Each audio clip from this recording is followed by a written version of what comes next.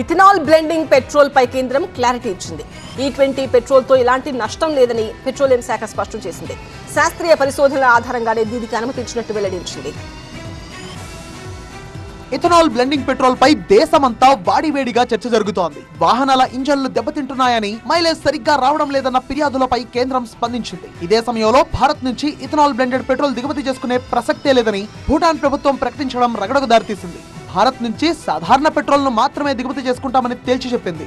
అయితే ethanol blending petrol తో ఎలాంటి నష్టం లేదని కేంద్రం స్పష్టతనిచ్చింది. శాస్త్రీయ ఆధారాలతోనే ఇథనాల్ బ్లెండింగ్ చేస్తున్నట్టుగా స్పష్టం చేసింది. ఆటోమొబైల్ కంపెనీలతో చర్చల తర్వాతే ఈ విధానాన్ని అమల్లోకి తెచ్చినట్టుగా తెలిపింది. 2013-14 నుంచే పరిశోధనలు జరుగుతున్నట్టుగా వెల్లడించింది. ఇథనాల్ బ్లెండింగ్ తో చాలా ఉపయోగాలు ఉన్నట్టు తెలిపింది. IIHM స్టూడెంట్స్ ప్రపంచం మొత్తం ఉద్యోగాలు చేస్తూ లక్షల్లో జీతాలు సంపాదిస్తున్నారు. ఇప్పుడే చేరండి international institute of Hotel Management.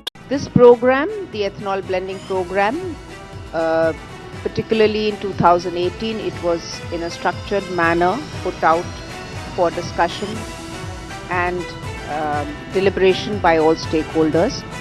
It is supported by scientific evidence, extensive testing by the automotive manufacturers and the agencies who support them.